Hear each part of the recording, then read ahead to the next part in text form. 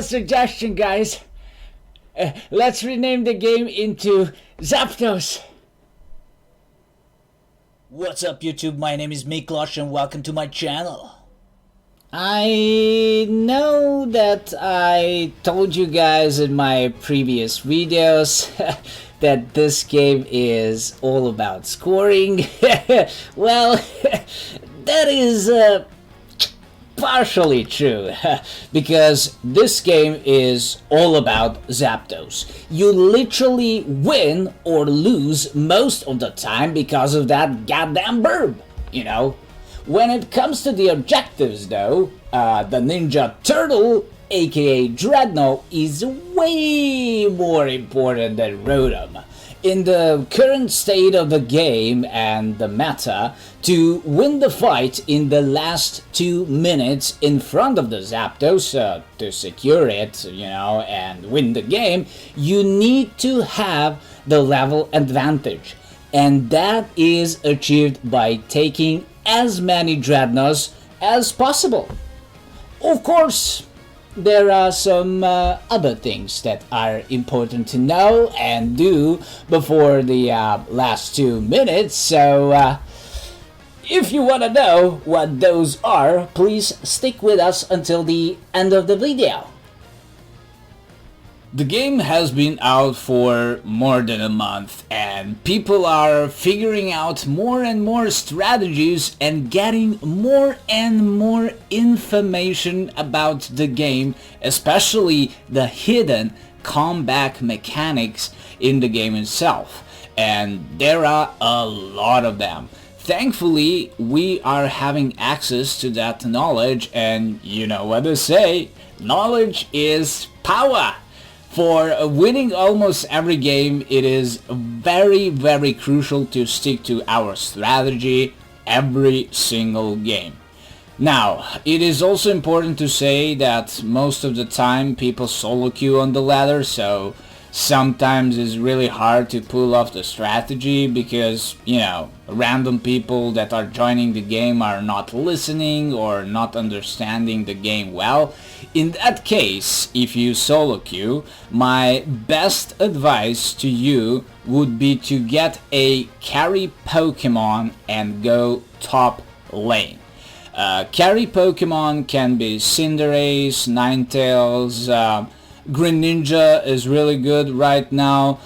You can also go with other mons that are filling in the roles. The best one is definitely Lucario, but Wigglytuff, Snorlax are also awesome picks. At the end, you can go whatever Pokemon you're feeling comfortable with, but make sure you let the rest of your teammates know which lane you're gonna go. Now, the best possible scenario would be 2 people going top lane, one is going jungle, and 2 people are going bottom lane.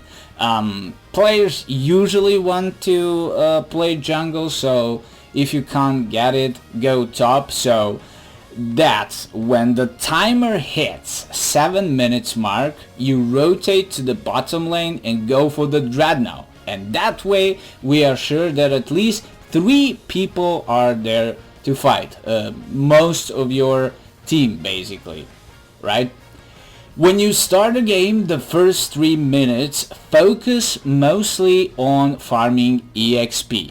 Get as many Apoms, Corphish, and the bees as you can to make sure you are leveled enough for the Drednaw fight.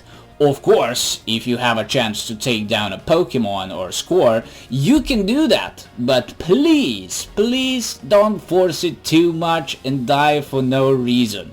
Do not feed.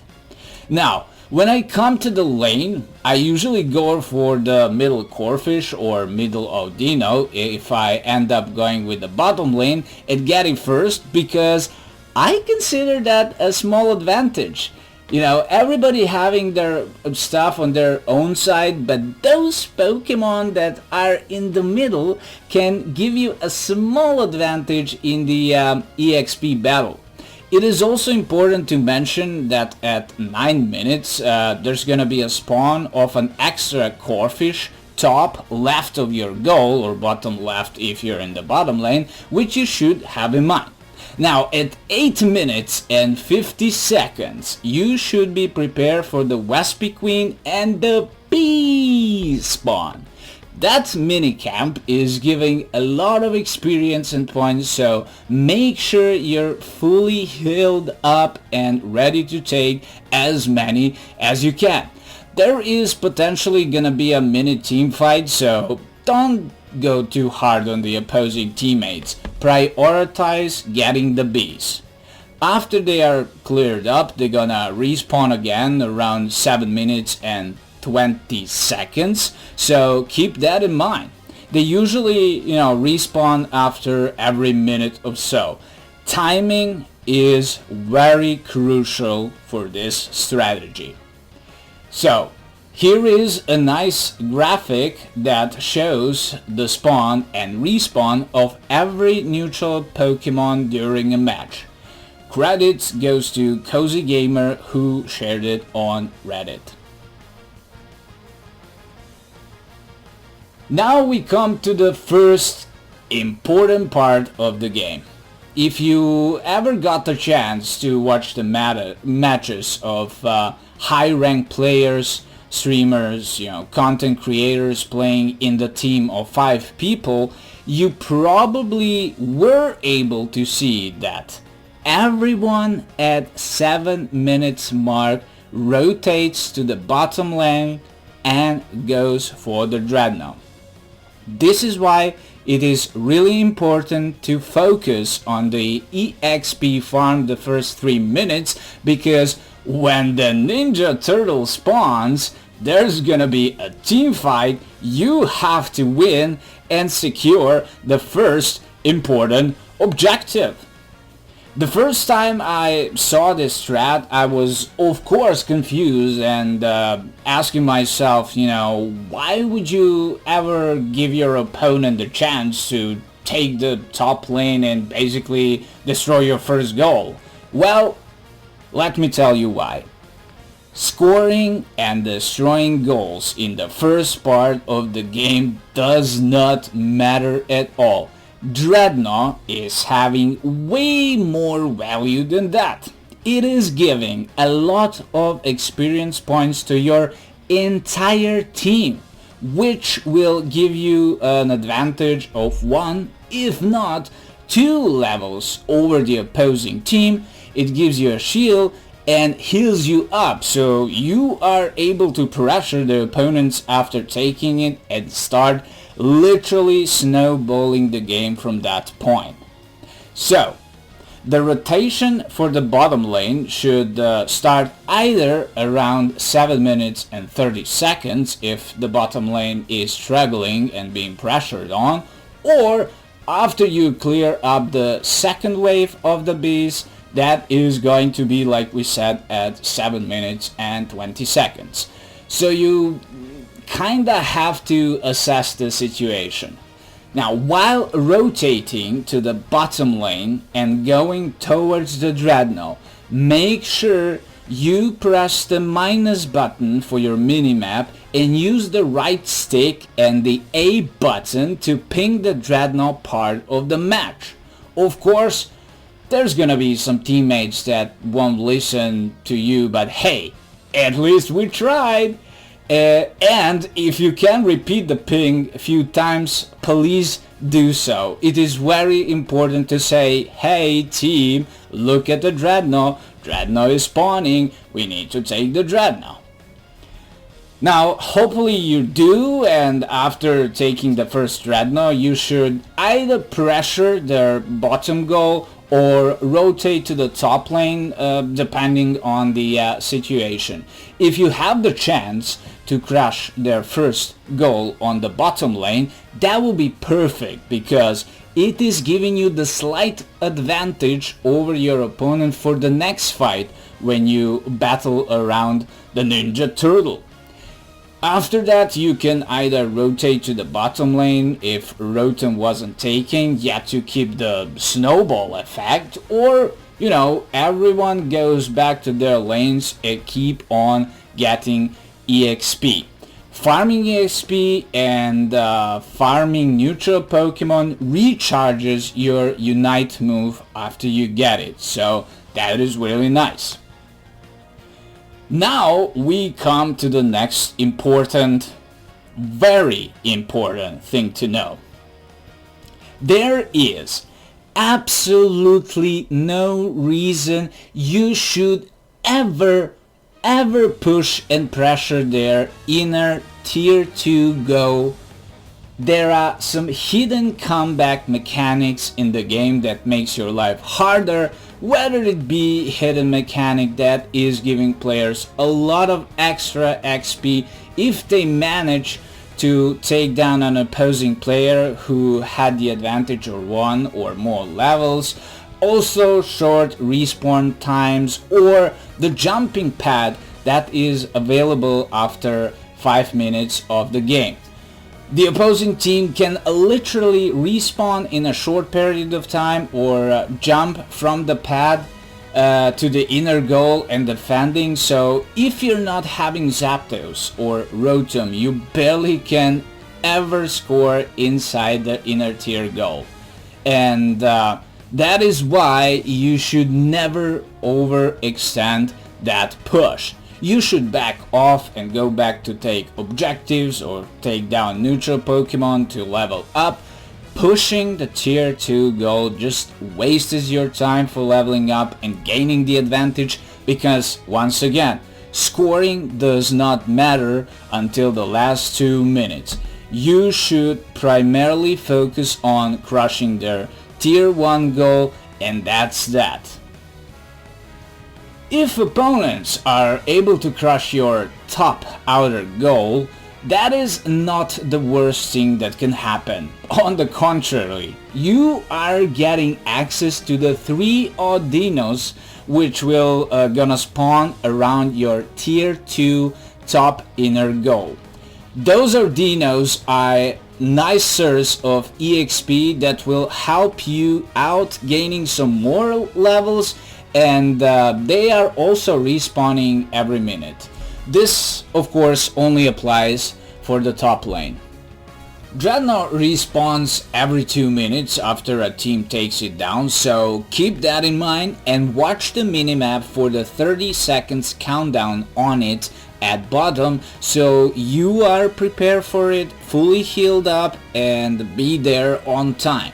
Potentially there is going to be like 2 to 3 Drednaw spawns during a match. Now, thanks to some people on Reddit who did some awesome research, we have access to some advanced knowledge when it comes to the turtle. Every single Drednaw, as we said before, gives you EXP to your entire team, gives you a shield, but it also gives you a Zapdos damage debuff. The debuff lasts for 90 seconds for the entire team. So if you are not in the lead and you kinda need to secure Zapdos in order to win the game, your team should not get Drednaw after 3 minutes and 30 seconds, otherwise you're gonna be dealing 55 less damage to Zapdos. This information is huge and vital for our strategy. It is also important to add that there are some things that can remove the damage debuff. Those are the Unite move of Wigglytuff that needs to be casted on your allies, and the battle item Full Heal. So if you have those in your team, then you should be kinda fine and won't deal less damage to Zapdos. Otherwise, you should be careful and timing that last Drednaw well. Let us now analyze the crucial last 2 minutes of the game. You might have seen the messages that the game gives us at certain point of the game, since there is no basically scoreboard during a match. They pop out at 5, 3, 2 and 1 minute during the match. Now, if you see the message we have a huge lead. That means that your team is winning by 100 plus points. The message "we are in the lead" means that your team is having an advantage of less than 100 points but more than 30, so between 99 and 30 points. Now the trickiest one is the message "it is a close battle," since it is not clear who is in the lead. We only know that the difference between the team's points is less than 30 points. There is also a message where it says "we are struggling to keep up," and that means that the opposing team is in the lead less than 100 points but more than 30. And the last message, "we are really struggling," means that the opposing team has a lead more than 100 points. Now those messages are really crucial when it comes to the last 2 minutes and your team's strategy for the Zapdos. Based on the message you see, you need to develop the following playstyles. If your team is in a lead or having a huge advantage, huge lead, you should be focusing more on the defending your goals and preventing the opposing team from getting Zapdos than attacking it yourself. By attacking Zapdos while your team is in the lead, you are risking to lose and throw the game by getting your Zapdos stolen from someone of the opposing team. Now, we come back here also to the hidden comeback mechanics in the game.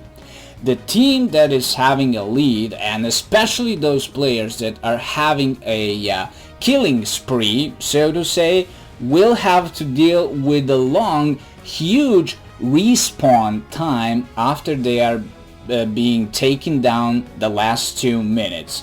For instance, 30 or more seconds, where the losing team that is behind is gonna have the respawn time way less than that, around 15 seconds or so. So even if you manage to win the team fight and wipe the entire opposing team in front of the Zapdos, it is still risky to go and take it down, because literally the opposing team, with the help of the short respawn time and the jumping pads, will be coming back constantly. So use that time better to either sneak in a goal if you're near the opposing goal, or go back to the base and heal up. Once again, leading team should not prioritize taking down the Zapdos. Instead of that, the leading team should be focusing on defending their lead. Now, of course, if you are behind, struggling, the best way to win the game is by taking down the BIRB. For the last 2 minutes of the game, you should save your Unite move and make sure you are fully healed up. Saving the Unite move means that you should not use it after between 4 minutes and 3 minutes and 30 seconds, so it is ready for the fight around Zapdos. The comeback mechanics will also help you a little bit when it comes to the respawn time, so even if you're taken down in the fight in front of the legendary pit, you can come back to the fight and continue trying to get the electric BIRB. Your Unite moves are a great way to win the fight, and since you're also moving faster and striking faster after it, it is way easier to take the Zapdos down and win the game.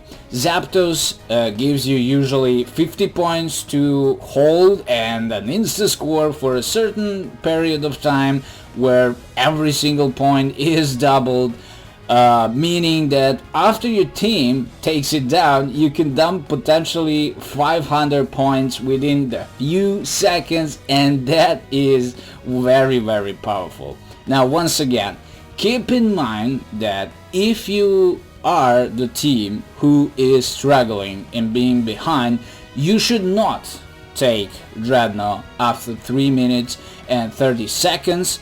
Otherwise, you are gonna be dealing less damage to it.